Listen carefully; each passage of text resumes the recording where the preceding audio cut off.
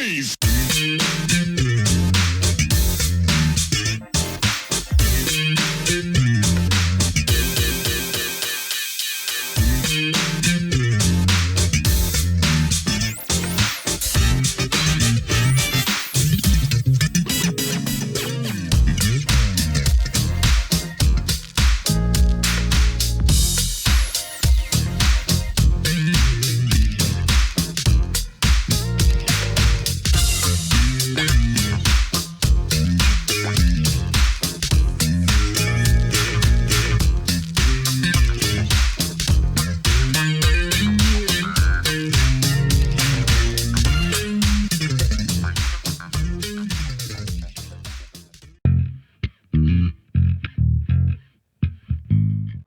Hey, Funketeers, Bootsy here to bring the Truth and Rhythm family's attention to Funk Not Fight.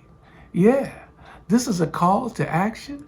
We spread hope, not hate, to gain satisfaction throughout our communities via the music uplifting unity. Peppermint Patty, tell us a little more. Thinker is our partner. Thinker Music, that is. So please check the link that's scrolling across the bottom, click it, and submit your music. Let's all funk, not fight. Welcome back to the next part of this Truth and Rhythm episode. Be sure to subscribe to this channel. If you've already done so, please share it with friends. Also become a member by joining Truth and Rhythm on Patreon, or consider donating at funkinstuff.net. Thank you so much for your interest and support. Enjoy. How did he get that deal with Motown? Actually, the same person that signed Rick signed my brother, who was Iris Gordy, who was Barry's niece. She had knew about Splendor and the situation with the Stone City Band, and as he ended up taking her some demos that we had done that hadn't gotten recorded, and they snuck behind his back and signed him. Snuck behind Rick's back and then signed him, because at that time in power he could have stopped it. But it got past him, and he wasn't too happy about them signing him. But by then it was too late. So why? Because of the competition, or were there bad feelings? It probably could have been a little bit of that, and also, like I said, with him being vindictive about things, ego, all of it, all of the above. Yeah, he at the time, he could be very, vindictive about things, even stuff of not really importance, But, a lot of artists are like that, or turn into that, or whatever, Start believing their own press releases and stuff. Yeah, well, that was around the time, early 80s, when he also, didn't like Prince, and, anyone who was competition, I think he was not into them. And anyone who was outside of his little circle. That's a big part of it. Because, Prince used to open for Rick, on his first tours and stuff. And always said it was stealing from him, and Prince was saying Rick was stealing from him. So there came a lot of battles backstage. So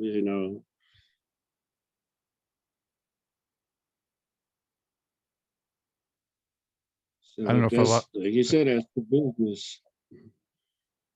Pulling the power plugs out if you were on too long, or that type of thing. So was it always the plan that Bobby would have a solo deal, or was it going to be a band at first? I think after we kind of decided not to go forward with a second Splendor album, they primarily offered him, just the solo deal, even though, basically him and I did, all the keyboard stuff, and we'd add basically just a guitar. I know on Groupie, she's just a Groupie, Ozone played the horns on that. And I said most of the parts are keyboard parts. Some of them might sound like a guitar or something, but primarily was keyboards and drum machines. Yeah, your credits show the synthesizer and electric piano. Yeah. We used a lot of Moog synthesizers. I think Prophets was just coming out then, because they were primarily like one of the first polyphonic synthesizers. Moog and all the rest of them were basically monophonic, so you could only play one note at a time. So a lot of times we were stacking keyboard parts, to get a full chord to sound like a guitar, or like that. But it was hard work, being in there sometimes for that length of time. Did you guys feel like Groupie was going to be a hit? Kind of felt like,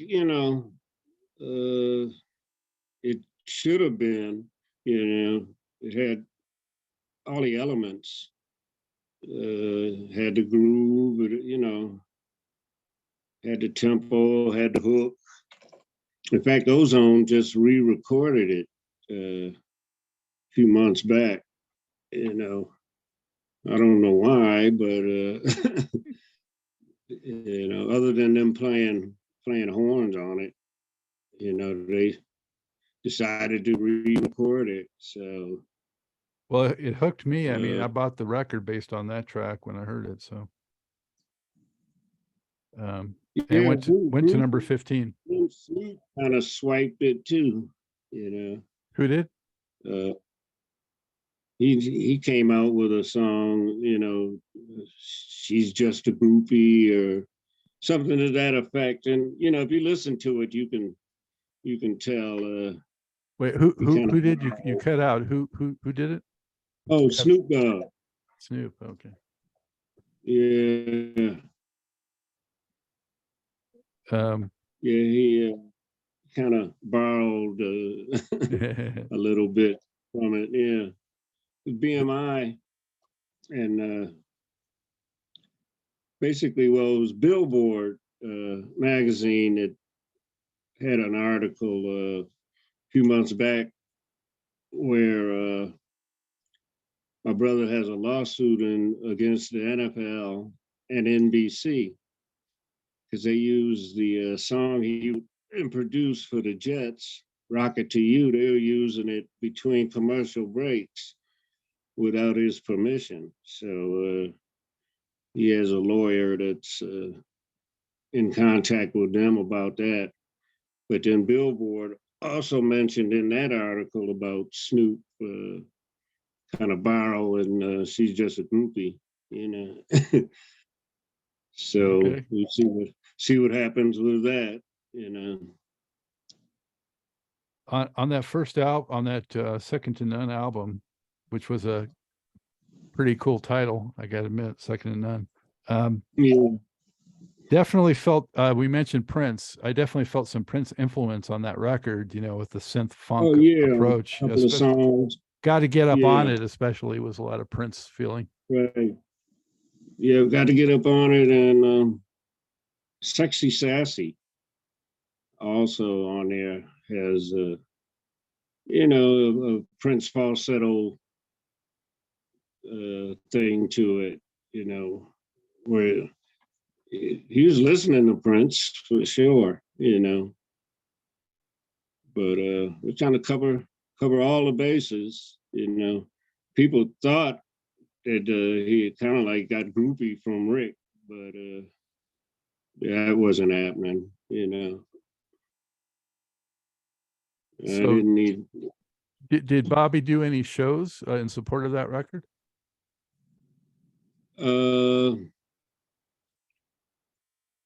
Not really. I know, like I said, most of his stuff was, just stuff he came up with himself. He may have sounded a little bit in spots, but I said back then, mostly everybody out of Buffalo sounded like each other to a certain extent. But But you guys didn't go on the road and did you do any concerts? No, we didn't go on the road. All he did, he ended up doing American Bandstand, Thick of the Night. You remember Alan Thicke? Yeah. Had a talk show before he got the sitcom. And he did Groupie on those shows? He did Groupie on Soul Train, Bandstand, and I'm trying to remember. I know he did Do You Look That Good in the Morning on Thick of the Night. And those are basically the shows he did. Yeah. Did you go with him or just him? I went to the, filming of it and stuff. Because, he was out there by himself, But it was a lot of fun. Never Seen Anything Like You was pretty solid track also, I thought. Yeah, in fact, I think that was the single or the B-side, I think, of Groupie. Yeah. Different taste, different style of music, really. Going from when you start speaking of chord changes and stuff, a lot of songs for so many years and decades were written in major keys. And then they started using major sevenths in the keys, which gives it a prettier sound, just adding one note, and then somebody got the brilliant idea of using minors. So like, it got to a point where 80-90% of songs are all minors, written minor. I mean, you can get one with just one change in it, no bridge or chorus or anything, and it'd just be a minor chord, which it's hard to find a song not written in minor nowadays. But it's minor gives you more freedom melody wise than major or major seventh. Major sevenths will give you the prettiness. Major will just give you like 1-6-2-5. We call them ice cream changes, which is all the old doo-wop songs were like ice cream change songs. You could make a million different songs off of those 4 chords, just change the melody around.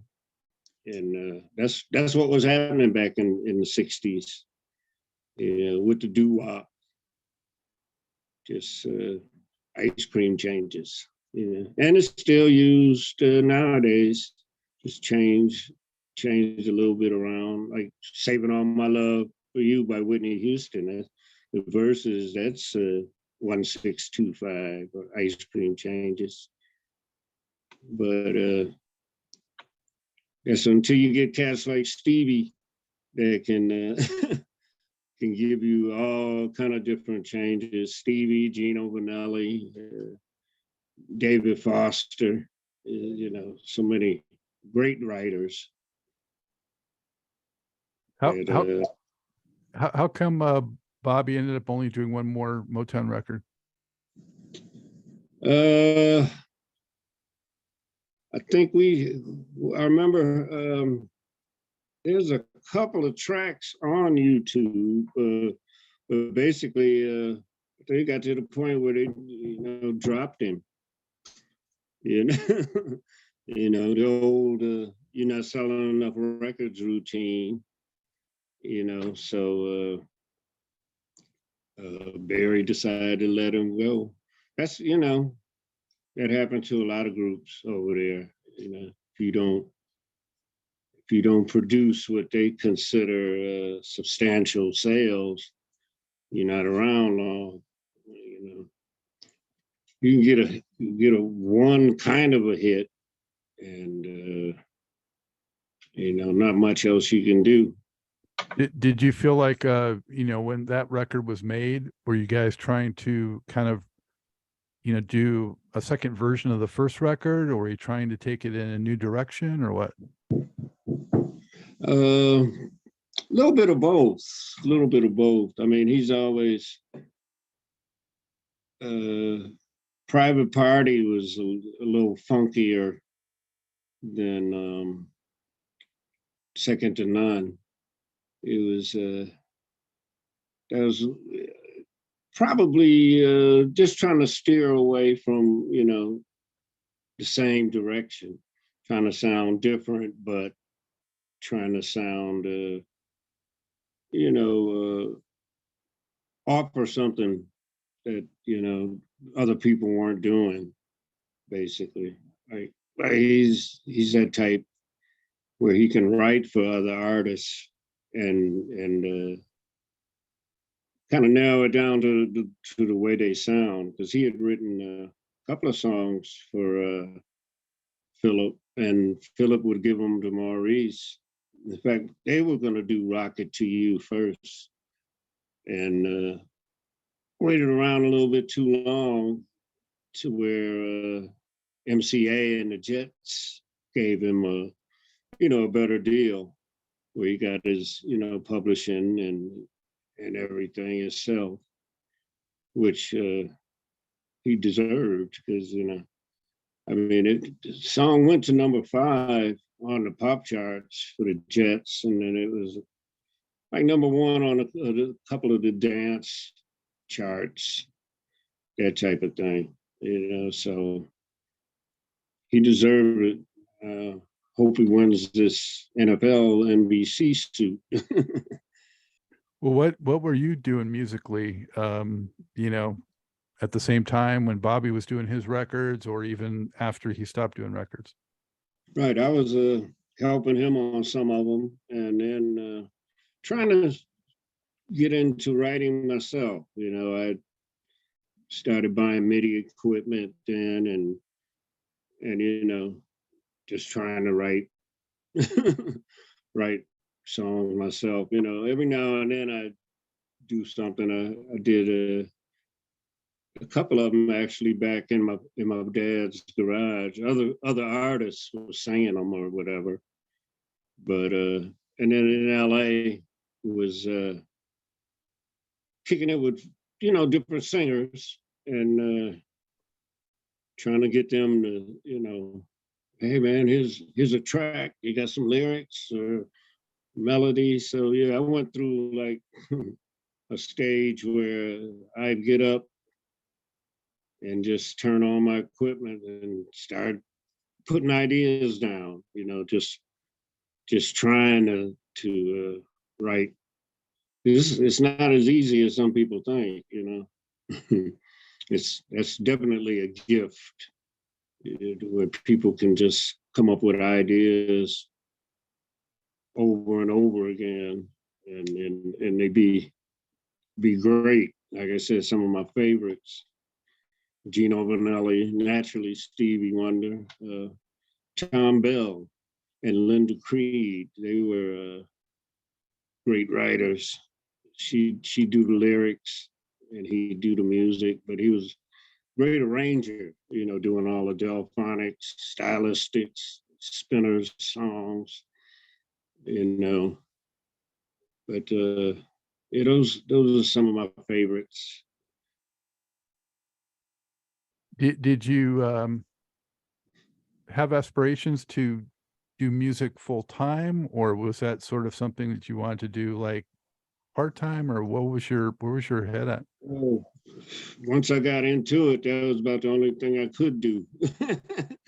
You know, and then I wasn't bad at it. So, you know, like I said, playing behind people or doing tracks for them, I could see where, you know, could be very lucrative. But yeah, I've never been much of a day gigger, you know. I've had like a couple of jobs, you know, in my life, not many. Because, you know, music about the best thing I could do, you know. So kind of stuck with that, you know. Who's somebody that we might know that you've been on a stage with? Hmm. On stage, well, like I said, a lot of people aren't familiar with them, but the soft tones. When I was in Japan, I played behind the Miracles. They didn't have a keyboard player at the time. That's when Love Machine was out. Mm. We were opening for them.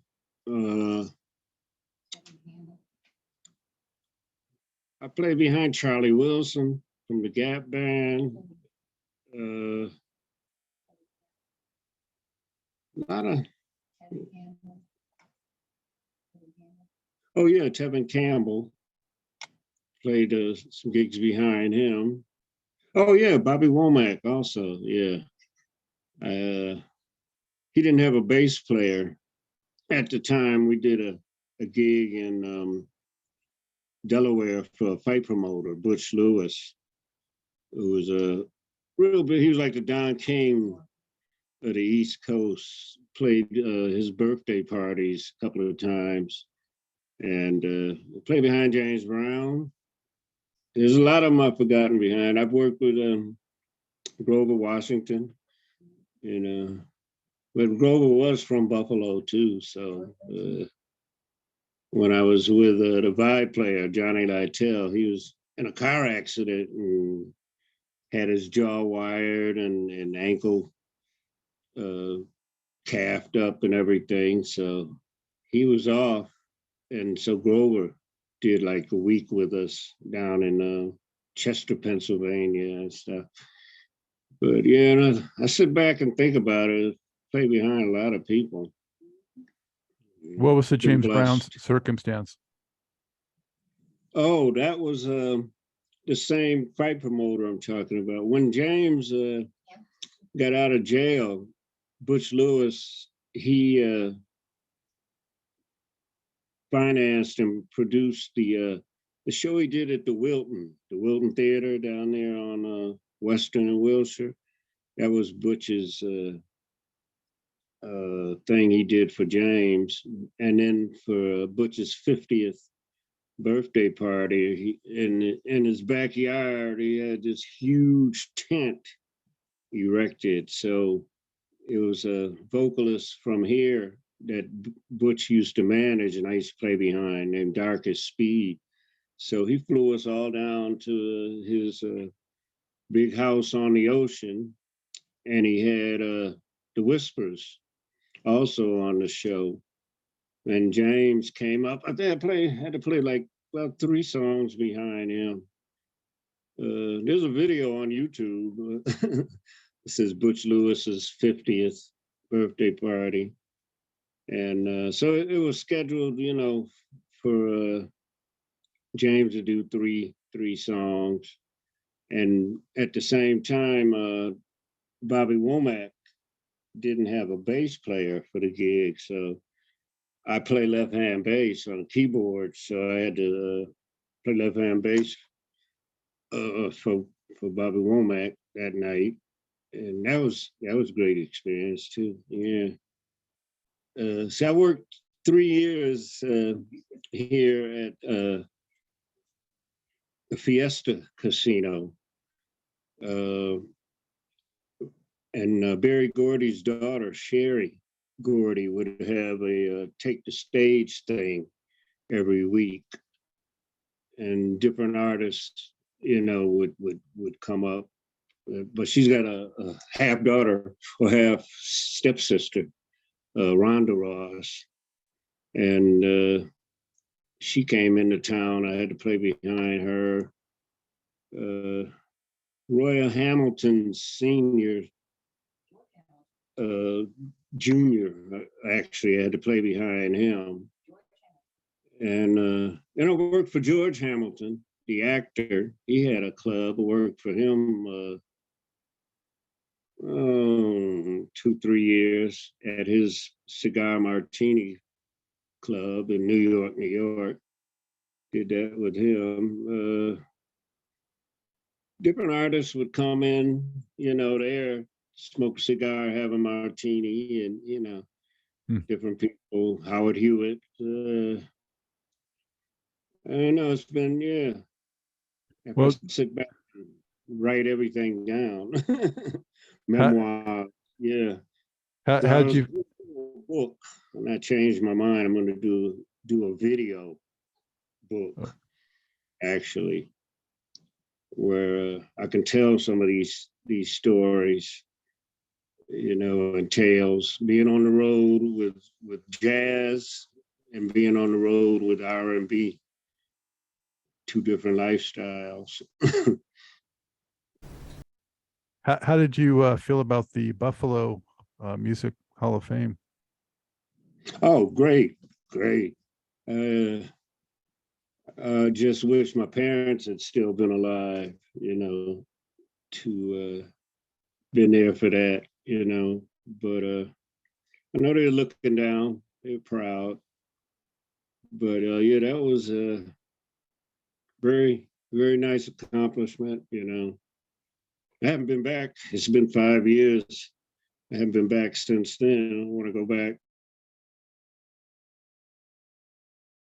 Maybe parts of clubs that I used to play at and that aren't there anymore, and different stories.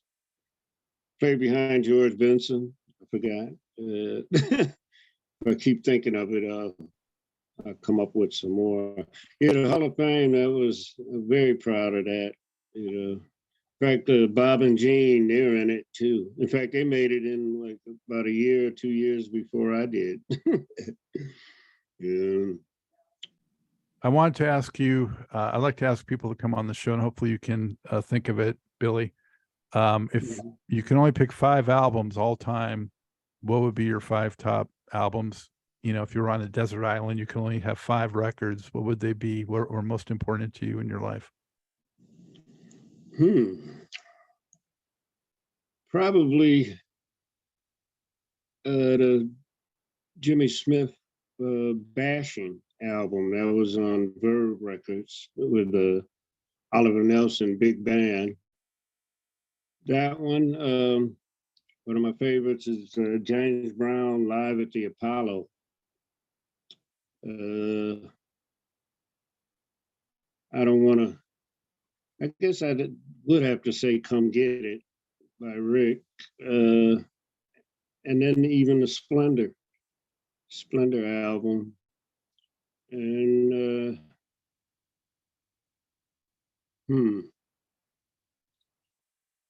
I'll probably take any Gino Vanelli album. Brother to Brother is probably my favorite. And then sneak Songs in the Key of Life, Stevie in there. That's a hard choice, though. Just 5 or 6 albums, yeah. Kind of makes it like I'm prejudiced against some of my friends, but yeah, probably I could deal with those. I was just talking about Gino Vanelli with another guest on the show and saying that he was so particular in the studio. Like, you know, he does a lot of takes and he's just really, really, you know, choosy about what ends up being on his final recording. Oh, I can imagine that. Yeah, I've never had the pleasure to meet him, but I mean, I've been listening to him since People Gotta Move came out, which that has to be like early 70s. And, you know, still listening to him. He's one of my greatest writers that I really enjoy. You know, I sit down and learn some of his stuff. And maybe one day I'll sit in with him, you know. Is that your But bucket list right there to maybe sit in with him one time? yeah, yeah, that could be on the old bucket list. Yeah. Yeah. In fact, I've never met Stevie. You know, not formally. I think I was at a NAMM show one year, and we just happened to be parked a couple of cars from each other. But yeah, I've been telling different friends that know him. You know, that's on my bucket list for sure too. You know, which I hope takes place. Yeah. Yeah, there's a lot of them, like I said, that I really like to meet. You got a lot of heroes. I just met not too long ago Teddy Riley, you know, and he's one of my heroes. I was blessed to play behind Eddie Levert from the OJs. I put some organ on a track on a solo album he's been working on. So yeah, there was somebody else I forgot. He's one of my heroes too. Been around a long time. Yeah, supposedly doing the farewell tour right now. Yeah, because he lives out here. I know he had COVID not too long ago, so he had missed a few shows. But that's who Rick sounded like a lot on his ballads, on his slow ballads. Him and I were talking about that, because everybody used to want to sound like Eddie back in the day when they first came out, you know, on them slow songs. Everybody wanted to sound like Eddie Levert, but you can hear the Rick influence on Fire and Desire and Happy.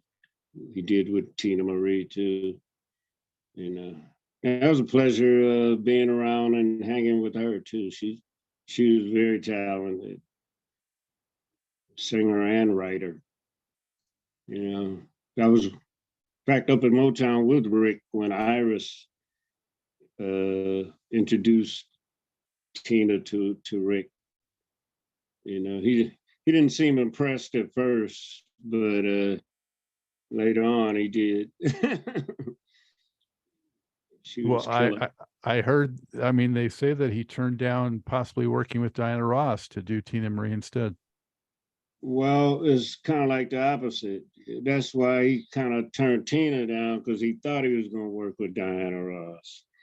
That was the thing at first. Yeah. No, he didn't turn her down. that was basically what he was hoping was going to happen. That was, you know, some of the talk that was going around. I don't know whether she just changed her mind or what. I know Nile Rodgers came in after that talk, and he got her those couple of hits, Upside Down, and then I'm coming out. Yeah. yeah, yeah. Yeah, Niles a great writer too, and yeah, I would have liked to heard what Rick would have done, you know, for her. Because after, well, I guess probably the Temptations was the first like kind of big hit that he did of, you know, another artist that he got recognition for, standing on the top. And then he had the group out of Buffalo processing the do-rags. He did, I think, 1 or 2 albums on them, but it didn't get a big response, you know. No. Staying on the Top was a great track. I like that one a lot. Yeah. That one, even the Eddie Murphy track, Yeah. you know, Party All the Time. I mean, it was what it was, you know, and turned out to be a hit for Eddie. So did you ever have any interaction with Rick years later? In fact, yeah, the last 9 months before he passed away, him and Tina came to Vegas, came to the Aladdin, and they hooked up backstage, and he wanted to get the original Stone City Band together for one more tour after he finished the tour with Tina. And I told him I knew how to, he didn't know how to get in touch with any of them. I told him I knew how to get in touch with everybody. So those 9 months, we, correspond. I call and talk to him, every other week or once a week or something. And we had it set up to start rehearsing in Buffalo. And right before that, then he passed away. So we all still ended up getting to Buffalo and rehearsing, and we used one of the singers from Processing the Do-Rags, Dennis Edwards, who they call him Shorty, and he did the lead vocals for Rick on the show. It was like first show together since he had hit it big and stuff. We did it in Buffalo. In fact, that's on YouTube also, at a place called the Sphere. And it was a nice turnout, So you can probably watch that video when you get a chance or something. But it was fun. Going back there, rehearsing in the hot sun. You know how the humidity can be back east and stuff. Buffalo was one of them in the winter. That snow kill you, and in the summer, that humidity. Yeah. Woo! Sweating like the next pig in line. Yeah. So Levi and oh yeah, Lenise and Levi all those and guys. I went to high school together. So now him and Rick knew each other because they grew up in the same vicinity of Buffalo. But I didn't know Rick growing up. But yeah, Levi and I went to the same high school, Hutch Tech. In fact, I still talk to him, at least once or twice a week. Because he doesn't live that far from me. And go over there and kick it and laugh about some of the stuff in high school. Because we went to an all-boys high school, And we look back and we say, man, we didn't go to school with no girls. What was wrong with us? We were out of our minds. But yeah, that was fun. Yeah, Levi and Lorenzo, he lives out here. He was the drummer on part 1 of Come Get It, Lorenzo Shaw. Unfortunately, his brother that played bass passed away some years back in an auto accident when we lived in LA. But yeah, a lot of memories. But Levi, he's got tales to tell too. I bet. Yeah, he's kind of like this co-host, this show that I'm working on called None at One, and it's like a combination of variety tutorials we'll be showing different people what we played on Rick's, albums and stuff, and then he'll have tales like Charlie Murphy had, but he'll have a lot more of them because he dealt with everybody from Tina to Mary Jane Girls to processing the do-rags. He was there for all of that stuff. Before we part ways, is there something that you'd like to promote, or get people to go check out? Well, I have my website that's pretty chock full of pictures and stuff.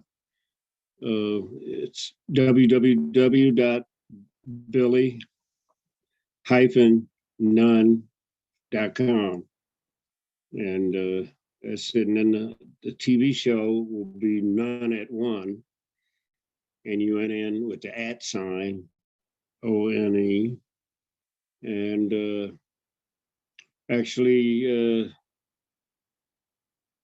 the biography is called.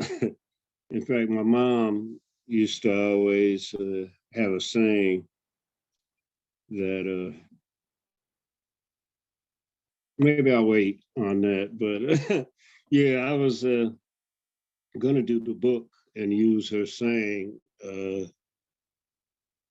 "Don't start me to lying," was the name of the book, and that was a saying she used to say all the time. Somebody would ask her something she didn't know, "Don't start me to lying," So that was primarily the title I was going to use for my book, which like I said, instead of where you got to read it, it's going to be like an ebook or whatever, with with pictures and a lot of buffalo tales.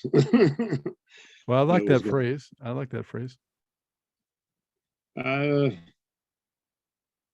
think it'll be, be nice to sit down and tell some of these stories instead of having people read them, and they're not going to be censored. So I'll be able to, talk the way I actually talk. Had a tendency to cuss a lot. And so that should be interesting. Well, I look forward to that. And, definitely people should go back and check out Splendor and also your website. And you're still playing around Vegas? Yeah. In fact, I got 2 of them this coming Sunday. One's a jazz and one's I guess like a Motown type stuff. They're doing Martha and the Vandellas and, that type of stuff. And then later that night, I'll be doing everything from Sade to, I don't know, Ella Fitzgerald and, that type of stuff.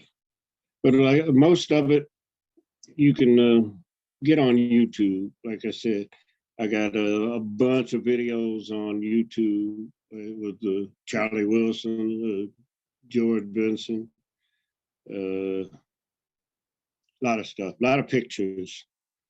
Cool. We'll look for that. Yeah. What's your brother up to these days? He's still just writing. He's always, writing songs, recording. I mean, he's got a bunch of stuff in the, like we say, in the garage, tracks that either he wants somebody else to do, or he may end up doing them himself. Like I always tell him, man, just release them, make up a name. Doesn't have to be you, and then people be guessing who it is. Who is that? Who is that? But he's got so much stuff. He's like, Prince had all his stuff in the garage, as they say. And Stevie, I said, you might as well release some of it. He told me a few sometimes, like how Maurice got mad at him because he let the Jets do "Rocket to You," and so he wrote another song for One on Fire, but he didn't even want to hear it or talk to her no more and stuff. He was kind of pissed. Are some But, of his songs on Philip Bailey records, though, like you had mentioned? There's a couple, yeah. In fact, one of them won a Grammy, Philip's gospel album. I think it's called Triumph. He won a Grammy for that one. Then there's Welcome Club, I think. I think Philip did like about 2 or 3 solo albums, and he co-wrote this one called Long Distance Love that he wrote himself, and it's on one of Philip's albums. He writes the music. He writes the music or the lyrics or both? Both of them, yeah. Like he'll write the chord changes. Like I don't read notes.